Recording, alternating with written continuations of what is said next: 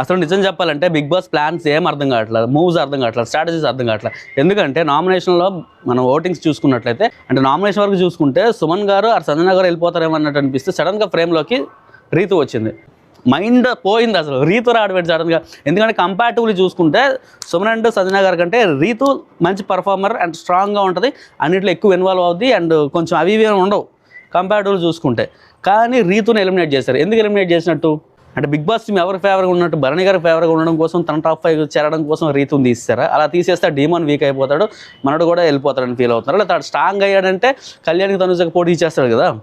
టాస్కుల్లోనే నామినేషన్లోనే మీరు ఫేర్గా ఆడాలి, ఫేర్గా ఉండాలని బిగ్ బాస్ అన్నిసార్లు పుష్ చేసినప్పుడు ఎలిమినేషన్లో కూడా బిగ్ బాస్ టీం కూడా అంతే ఫేర్గా బిహేవ్ చేయాలి కదా. అంటే ఓటింగ్స్కి అవసరం లేకుండా తను వాళ్ళని నచ్చినట్టు వాళ్ళని ఉంచుతున్నారు, నచ్చినట్టు తీసేస్తున్నారు. భరణి గారిని వైల్డ్ కార్డ్ ఇచ్చారు, రీతోనే బయట పంపించారు.